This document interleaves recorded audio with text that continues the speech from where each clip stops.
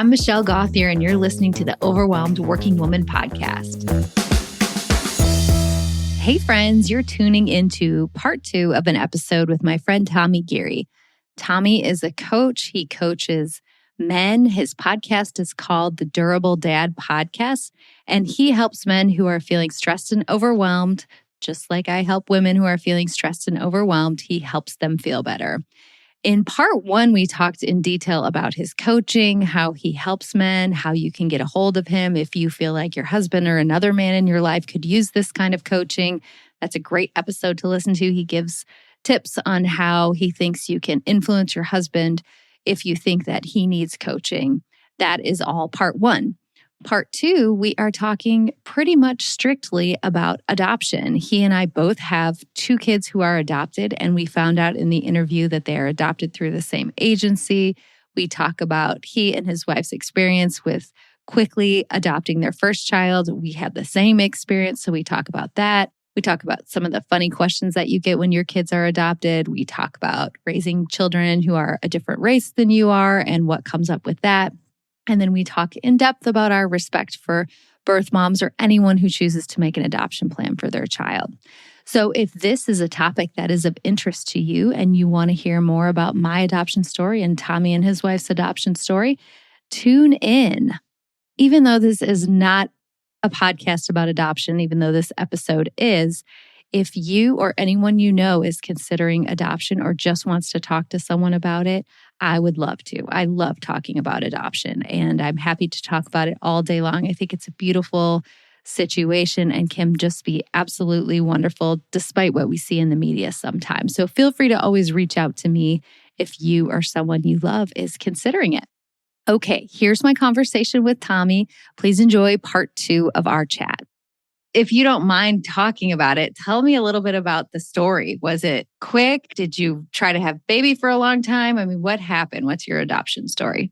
Yeah. So Brendan and I got married, had fun for a couple years, thought we were going to have kids the natural way, and it didn't work out. We ended up finding out that I don't have vas deferentii. I think vas deferentii. I should know how to say it because I talk about it a lot. And that was just something I was born with. We kind of thought, because we had been trying for a while, that this was something was up. And then we were already talking about adoption. And then we got the final news, and it was sad. There were definitely tears. And at the same time, I think we were kind of ready for it. And we'd already talked about adoption. So we were fully in. And then we were like, but now if we're not on a biological clock, what do we want to do first? And so this isn't really part of the adoption story, but it is. We quit our jobs and we traveled for 4 years in Central America, which was an amazing experience and so much from that. But then in 2016, we decided to really dive in, and we jumped through all the hoops and did all the paperwork. And they said, okay, you're in line, and it should take about 12 to 15 months. And then 3 weeks later, they were like, hey, we got you matched. And Oh my gosh. and that's not how it happened with our second daughter. It took a lot longer, but with our oldest, who's now 5, it happened really quickly. And we met her birth parents 3 weeks before she was born. And then, she came a week early, and we didn't have a car seat yet. She was born in Sedona, Arizona. We were in Colorado. We hopped in the car and drove overnight, slept in a Target parking lot. Target opened at 7 a.m. We bought a car seat and clothes that were way too big and went to the hospital and met our daughter. Oh my gosh. Yeah. I'm sure those clothes looked really tiny until you saw the actual child. Right. I mean, God. I'm sure everyone says it, but yeah, we were like, no, that won't fit her. We got to get this one. Yes. Oh my gosh. That is amazing. That's so crazy. So then did you have to stay there in Arizona with her for a certain amount of time before you could bring her back home? Yeah, it moved pretty quickly. We stayed in Sedona for 2 nights, and then we moved up to Flagstaff. I think we were there for 4 nights because it was just closer to home. And then as soon as we got the word, we took off. Oh my gosh. Yeah. And for those people who didn't adopt their children, if you adopt in a different state, you have to get clearance before you can take them back to the state you live in. Sometimes it can take like a month and sometimes it's quick. So good. I'm glad it was quick for you guys. That is so crazy. Oh my goodness. So when you got home, were you ready? Like, did you have stuff at home? Stuff from Amazon was coming. Yeah. It was there. I think it was there when we got home. We had a few things and a lot of support from our community back in Colorado. Yeah, we fell into the parent. It was pretty fun. I mean, we lived on a ranch in Colorado that was like 300 acres up in the mountains. And we actually got really lucky. So our daughter was born in December and it was a really bad snow year is what the ski mountains would call it. Well, actually, everyone wants a lot of snowpack in the Rockies. And for us, it was really nice because we would plow every time that it snowed more than like 3 inches, and we didn't have to plow much at all. And we were able to get Nell outside a ton on hikes and everything like that because it wasn't too nasty. Oh, how fun. So it worked out. It wasn't a bad snow year for your family. No, it worked out for the Gearys. That's so great. Oh, Yeah. That's awesome. Ours was very similar with our first one. Very little notification. Like they called us at 4:00 one day and we got in the car at about 7 to go pick him up. It was a 10-hour drive, but we lived in Texas, so we didn't have to actually leave the state. Ooh, but nice. same thing. So we got there and we didn't have a car seat. We had to borrow a car seat. Same kind of happy story as you when you're like, okay, I guess we'll figure this out eventually. Yeah, I mean, it's just like everything in life. You just do the next step and you figure it out. What agency did you guys use? The Gladney Center. We're Gladney family too. No way. Yeah. Oh my gosh. Okay. Both of our daughters. Both of my kids. Yeah. Oh my They're gosh, amazing. That's amazing. Yes. Okay. If anyone out there is thinking about adopting, the Gladney Center, by the time we went through them for our adoption, they had been in business and facilitating adoptions for like 100 years. I mean, especially living in Texas, there's just the term Gladney baby. Like, oh, do you have Gladney babies? Like, yeah, I have a Gladney baby. Oh my goodness. Yeah. And I mean, we lived in Colorado. And then when we adopted number 2, we were in Ohio and still went to Gladney. I think, I don't know if people are listening and really thinking about adopting, but what I think is why we really honed in was the resources that they had. And like you said, the knowledge from hundreds of years and their advocates in all states. And they support the birth mothers and the adoptive parents very strongly. They each have their own caseworker. And I think that that's something that really spoke to us. And so I love Gladney. Same. I remember touring it and them talking about how sometimes the birth mothers move in there.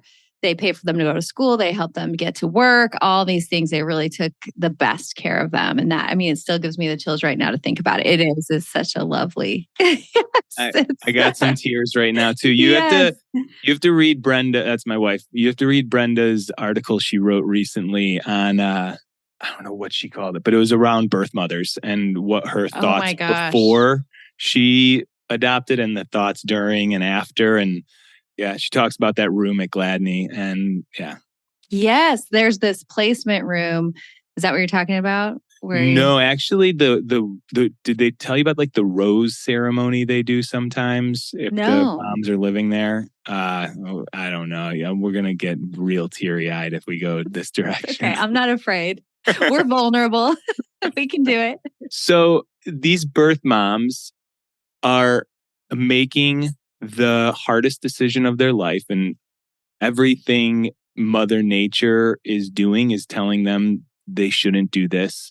And they want to give their baby a better life situation than they have. And this is no fault of theirs, right? They have their own baggage that they're bringing. And so some of these birth moms live at Gladney and they, I guess, after the birth mom has the baby and they make the adoption plan and the adoptive parents get the baby, she comes back to the center and they do a rose ceremony and like all the other birth moms are there and they each hand her a rose and they tell her why she's amazing and why she's a good person.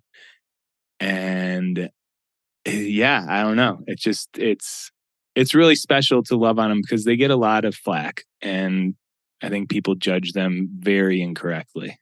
I do too. Oh my gosh, I got to pull it together. You're right. That was some tears.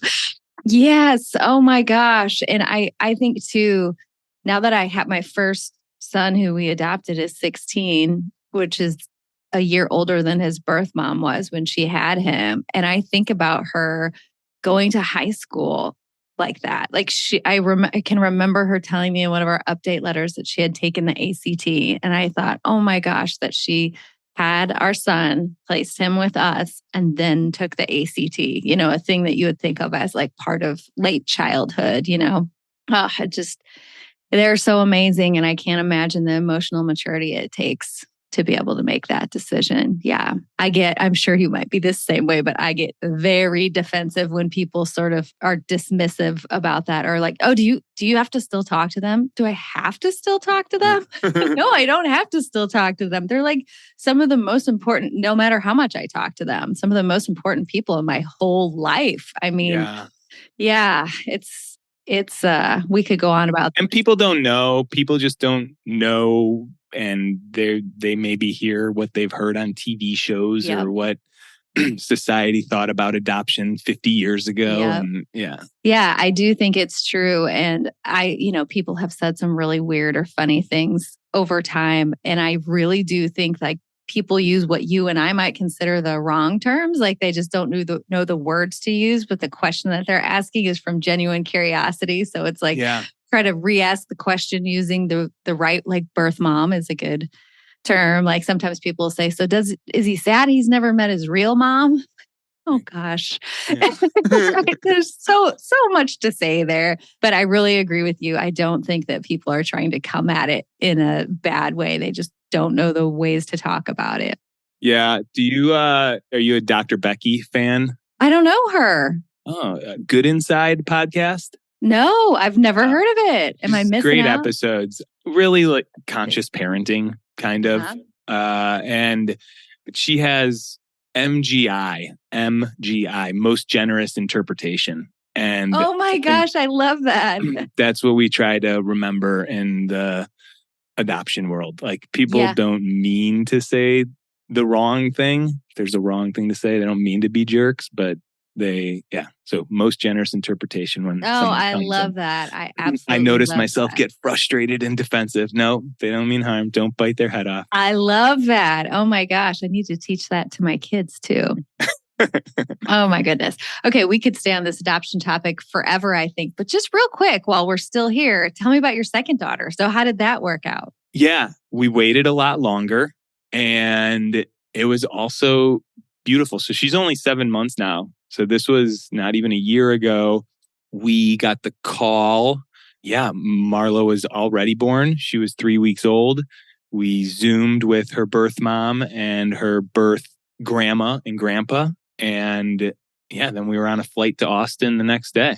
Oh my goodness. Yeah, so she was born in Austin, Texas. And that interstate took longer. And that interstate wait is really special time. With Marlo, it was a little harder because Nell was at home and she did great. She was with my sister-in-law and cousins and everything, but it was a little harder. And I think we were gone from Nell for like 10 days. So that was tough. We just wanted to all be together by the end of it. Yeah, that's a long time. Yeah. But the first like 3 days were amazing. We had a nice big Airbnb and just chilled, right? There's nothing, you don't have to run around and meet family and everyone wants to say hi to the baby and you have to keep everything clean and It was just me, Brenda, and Marlo, and it's a good connection time.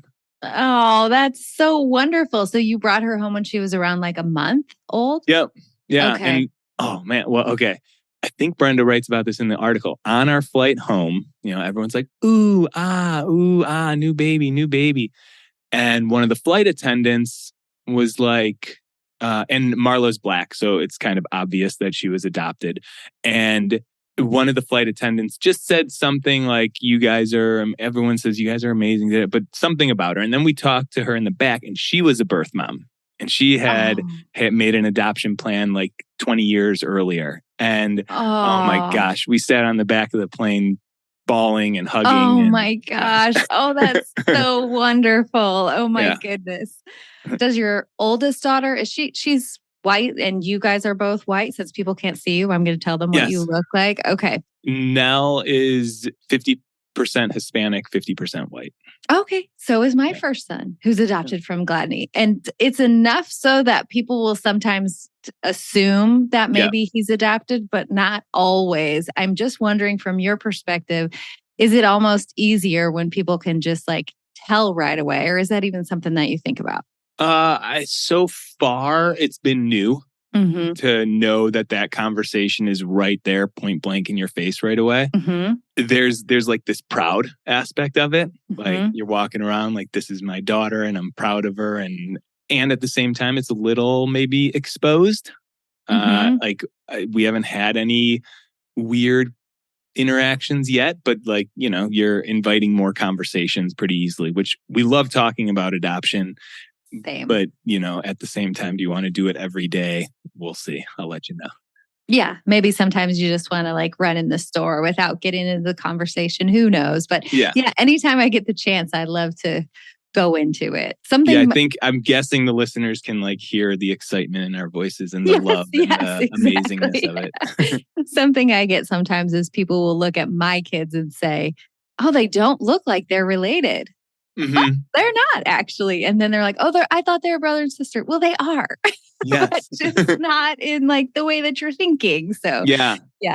And I'm getting better at it too, right? Like it's a learning process for everyone because someone's like, oh, Nell's got beautiful brown eyes. Where'd those come from? And I'd be like, oh, her birth dad has big brown eyes or something like that. So your daughter is younger.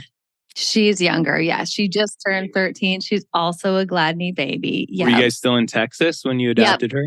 Yep. And she was actually born in Fort Worth, really close to Gladney. So we did our placement at Gladney in that case. Was that cool? We didn't get to do that. It is heartbreakingly cool. Yeah. Because with my son, his birth mom wanted to not be there when we got there. She didn't want to leave until she knew we were going to be there. And she left some things for him, for us to have. It was very loving, but she just didn't want to meet us at that time.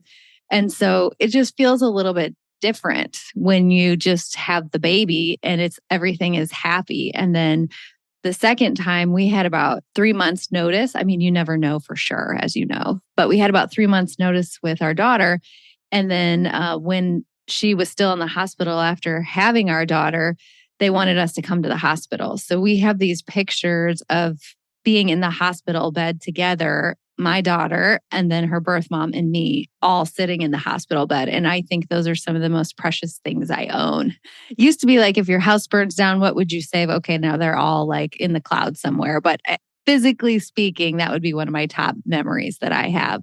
So that was amazing. But then the next day when we went to Gladney and like did the official placement, and it was Josie's birth mom, her parents, and then her birth father, his parents, and then us, and, just them placing our daughter with us and how happy it was for us and how sad it was for them. It's like, it is you get the full picture of what adoption is. It's like the most beautiful, happiest, heartbreaking, saddest thing that could ever happen. Yeah. So the good thing was with them that we had an open adoption right away. So for example, I could like text her the next day and send her pictures. So that felt better to me. We still did like the official, would write letters and send pictures and things like that. But we had that open relationship. So I could check in on her and she could check and make sure that the baby was okay and all that. Yeah. With Marlo, our placement was, there was bigger emotions and all of them. And man, I think coaching, and I guess when we adopted Nell, I hadn't had a coach yet. Brenda had, but I'm a yoga instructor and a meditation guide and I've meditated a lot. And I think that like those big emotions, like it's, just this is what we coach on. Managing, self-regulating yourself in those kinds of situations is really powerful, right? To know that the sadness is okay and it's only there because underneath there's love. And Yes. And I did not have that at the time. I hadn't gotten into this world of coaching and really just feeling my feelings or crying or doing anything that could be seen as like a normal human emotion. So that was a heartbreaker.